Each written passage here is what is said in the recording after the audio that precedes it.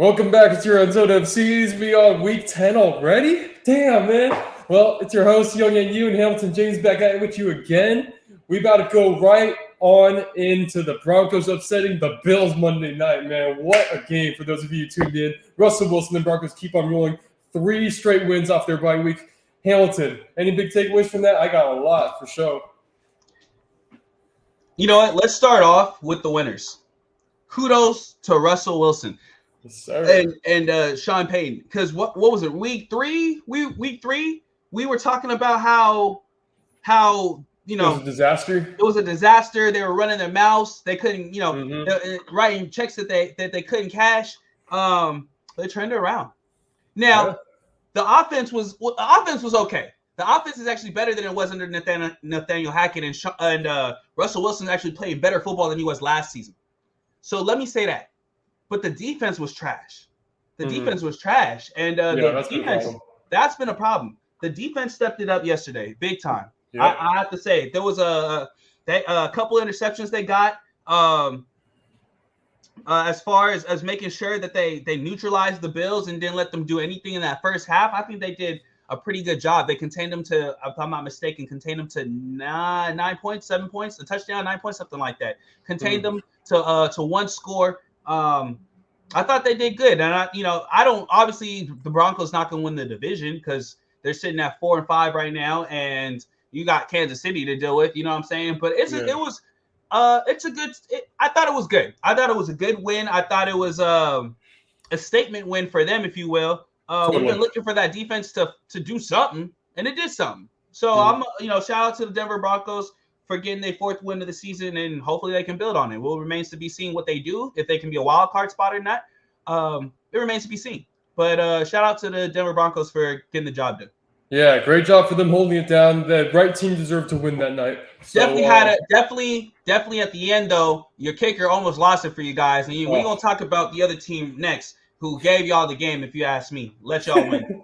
Yeah, dude, that was definitely a stressful ending to watch, and I'm not even a Broncos fan, man. I was stressing for real. Right. Yeah, but the right team won for sure. I mean, it's hard to win a game if you're the other team who had 4 turnovers.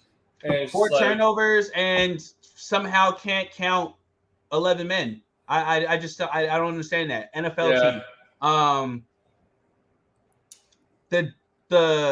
The Buffalo Bills are cooked. Let's call it what it is, man. It's said and done, man. I think last week we talked about this where I don't like to use what I hear on TV, but I have to go to Shannon Sharpe real fast because we have been holding on to 2 moments from Josh Allen.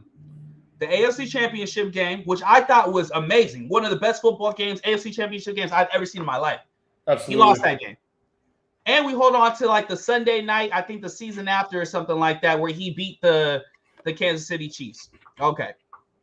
We're holding on to that. But, I mean, can you remember any other memorable playoff moments from Josh Allen? You know what I'm saying? Maybe the Patriots, but, I mean, he was going up against who? Mac Jones? Cam Newton? I mean, there's no other memorable moments from Josh Allen, and I feel like quarterbacks have passed him by. Let's not forget he barely beat the Dolphins with the 3rd-string quarterback that one year. Last season in the playoffs. Yep. And the wild card, barely. And then ended up going against Joe Burrow. Got wiped. Joe Burrow has surpassed him. It used to be Patrick Mahomes and Josh Allen. Now it's Patrick Mahomes, Joe Burrow, Tua, Jalen Hurts, Lamar Jackson, CJ Stroud. I mean, I'm seriously for real. It used to be 1 and 2 or 1A, 1B, whatever. To Josh Allen's 6th or 7th on that list. You can make an argument that Jared Goff is better than Josh Allen at this present moment, man. You know what I'm saying? If you really start counting down the quarterbacks, you're like, Josh Allen, he not top 5. He might be top 10. But, he's looking like top 15 right now. He's leading the league in interceptions. And I'm sorry. I know people saying, oh, well, he tries and, he has to take risks. I mean, some of the interceptions last night were tip balls. I give him that. But some were, ball-headed decisions. You know what I'm saying? Bro, why are you throwing the ball into double coverage? Why, you know what I'm saying? I just don't get it. And then it's the fumble with his. I mean, just just boneheaded decisions that you're like, yo, you keep talking in your press interviews about, oh, we're going to fix these turnover problems, and you guys have it, and you're leading the league. You're leading the league in interceptions. I think Josh Allen's a bit overrated. I think he has incredible arm talent. I think he can move with his legs, but something between here, I think the pressure gets to him. I think that the Buffalo Bills, if you think about it, last 4 to 5 years, they've been built up as this team that's ready to compete for a Super Bowl, and they got to the AFC Championship and have digressed every single year. Now, I get it. Brian Daboll ain't there no more. They just fired the OC, Dorsey, which, if you ask me personally, that is a warning to McDermott saying you're next. Because the offense, there's really nothing wrong with the offense. They're a top 5 offense statistically. On paper, they're amazing. On paper. So why is the offensive coordinator getting fired when clearly y'all have a defensive issue? Yeah, I noticed that. It makes sense to me. You fired the OC, who was top 5 in offensive and most of the offensive stats, and you leave the DC, you leave the head coach, who, by the way, whose job is it to know that you can't have 12 people on the field? These cats make millions of dollars. That's a bone. That's here. Yeah. That's here. That's not being ready for the moment. That's not being able to live up to the pressure. I just don't get that. The Denver Broncos got spanked by the Dolphins, who the Bills beat. How you lose to them in that fashion? And Josh Allen, my thing with Josh Allen is he has a lot of meltdown moments on live TV where we can really see, like, yo, bro, like you just don't deliver. You know what I'm saying? I mean, you lost to the Jets the first game of the year. I mean, come on. You know what I'm saying? Yeah. Like, that should have already been the precursor. We should have known by then, but we gave them the benefit of the doubt. They won 3 straight, and then what happened? Boom. Just been losing. And I think Josh Allen is slightly overrated. I think Sean McDermott is now on the hot seat. And we didn't even talk about this. Stephon Diggs ain't going to be there next year. What? You see what his brother was tweeting? That's right. You see what his brother was tweeting? Oh, no. Yeah, I saw he don't that. want to be there. He don't want to be there. He's like, first I had Kirk Cousins. Now I got Josh Allen. What quarterback is going to let me win a Super Bowl? He don't want to be there no more. So, and that was Josh Allen's best weapon. You see them other receivers, they can't catch a cold. I mean, bro, you know what I'm saying? So, the Buffalo Bills, if I had a panic button right now, it would be pressed because I don't believe in them. I'm starting to think they don't believe in themselves. I think they're starting to turn on each other. It remains to be seen what happens. Yeah, 5-5 now. Their last 2 games, primetime, have you. Both L's. Not even a wild card spot. Nope. No. It's not looking good for the Bills, man. They got to turn something around and figure it out for themselves if they want to stay alive in this season. I think. Hold on. Go ahead. Oh, you're good. I was just going to say, I feel like there's a lot of unspoken teams that could sneak into the playoffs in the AFC. Currently, you have the Kenny Pickett-led 6-3 Steelers doing better than the Buffalo Bills. So it's time to panic, Buffalo. Yeah, definitely, man. But speaking of surprise performances from teams, the Minnesota Vikings, with no Kirk Cousins and for the longest time no Justin Jefferson, have 6 wins. Let that sink in for a bit. Josh Dobbs, 2 words for you. Deserves all the credit. And I really like to see him succeed. I did not think the Vikings were going to have this many wins by this point of the season. I really did not. I think they were going to be like a 4-6 team. So they didn't flipped it and reversed it. Yeah. Joshua Dobbs, 268, 1 TD, game manager. You know what I'm saying? I know he's going against the Saints. I mean, Jameis Winston had a couple of nice little touchdowns too. I'm not going to hold him. Like, he has some touchdowns, but then in Jameis Winston form, he also had some turnovers that you're like, Jameis Winston. Yep. It was nice to see Josh Dobbs get that W, lead his team. Ty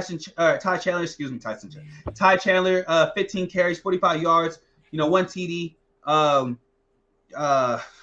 Hawkinson, 134 yards, 11 receptions, a TD, just looking like a beast. We know that Minnesota has weapons.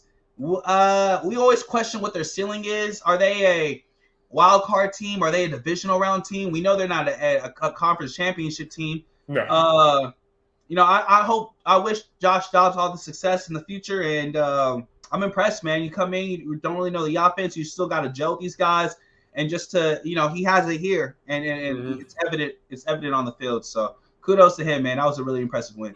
Hell yeah, I love to see that, man. It's crazy to see how many teams have gone have had built up good records and gotten wins with a average quarterback and a solid defense. You got to give credit to the head coach as well. You know what I'm saying? Got to give credit to the head coach for keeping the guys together, for keeping the guys focused. Usually you lose your main guy, your quarterback like that, the team collapses. And just watching, the head coach believe in the team, and the team then believe in their quarterback. You're watching some pretty cool things with Minnesota right now. Don't think they're going to win that division still. I still think it's the Lions to lose. But they're looking like they could possibly sneak in as a wild card team. So we'll see. That's what I'm thinking too. I could see them sneaking in there if they keep it up, man. And who knows? I mean, I don't know when Justin Jefferson's coming back, but as soon as they get him back, the sooner the better for sure. I think that's going to be exciting to see with Dobbs as well. And shout out Kevin O'Connell for holding it down in Minnesota. Another matchup that really stood out this week was the Ravens and the Browns. Browns come back to win in the second half of that game, and makes them 6-3. Ravens still on top of 7-2 in that division, the AFC North. Huh.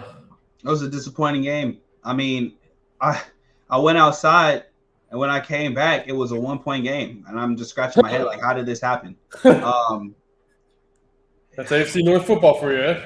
AFC North has been by far the most random, interesting division of I think in all of football this season. I agree. I think everyone in the AFC North has a winning record, and if I'm not mistaken, right? And who would have? Yeah, exactly. And who would have thought the Bengals would be at the bottom of that? The Bengals, right, man, and it's that division is up for grabs. Yeah, it is. The Steelers might F around and win that division. Seriously, I'm not, and I don't know how we even got here with the Steelers, but Deshaun Watson looked like Deshaun Watson of old in the fourth quarter. Big, huge fourth quarter. Came back and won the game. Used his legs too. Was just moving. Looked good in the pocket. I was very happy to see that. The Browns defense is elite, bro. It's funny. These are the two best defenses in it's funny. The two best defenses in football, if you ask me, and they really didn't show up. Both teams scored 30+ points. So I guess I can't talk too much about the defense on both sides. I guess there's really no defense played on both sides. But man, you know what? I just want to talk about Lamar Jackson for a moment. Cause it's bro, I know you need weapons, and I get it. Odell, he scored a touchdown. I know I think Ingram. Andrews, excuse me, Mark Andrews. I think he scored a touchdown, if I'm not mistaken. Let me, because I don't just talk. I like to pull up. No, excuse me, Mark Andrews didn't. He had 44 yards, and Odell was the one who scored a touchdown. I feel like we ask the same question about the Ravens every single year when it comes to their their skills position players. We know that their running backs are going to be pretty good. We still kind of looking to see what they're going to do for their receivers. It still looks like Mark Andrews is his go-to target. Odell, he scored a touchdown last game, but I don't know if he's the guy for all season. He seems more like the playoff guy. Zay Flowers. Zay Flowers, I feel like Zay Flowers is cool. But I don't you feel like we need to see a little bit more? Would you say he's the number one? You know what I'm saying? I don't think he's number one. No. And I don't think Lamar has a true number one receiver. Doesn't. With that being said, though, I feel like Lamar makes a lot of late game boneheaded decisions. Whether it's a fumble or it's an interception. This game he had 2, but I just feel like every time in the fourth quarter I watch, I'm like, I don't know. It's like against the Steelers, I've kind of seen the same thing. I forgot who else they lost to. The Colts. It was the Colts. The same thing where it's like you're up the whole game, and then for whatever reason you don't seal the deal. The pressure gets to him. I've noticed that, man.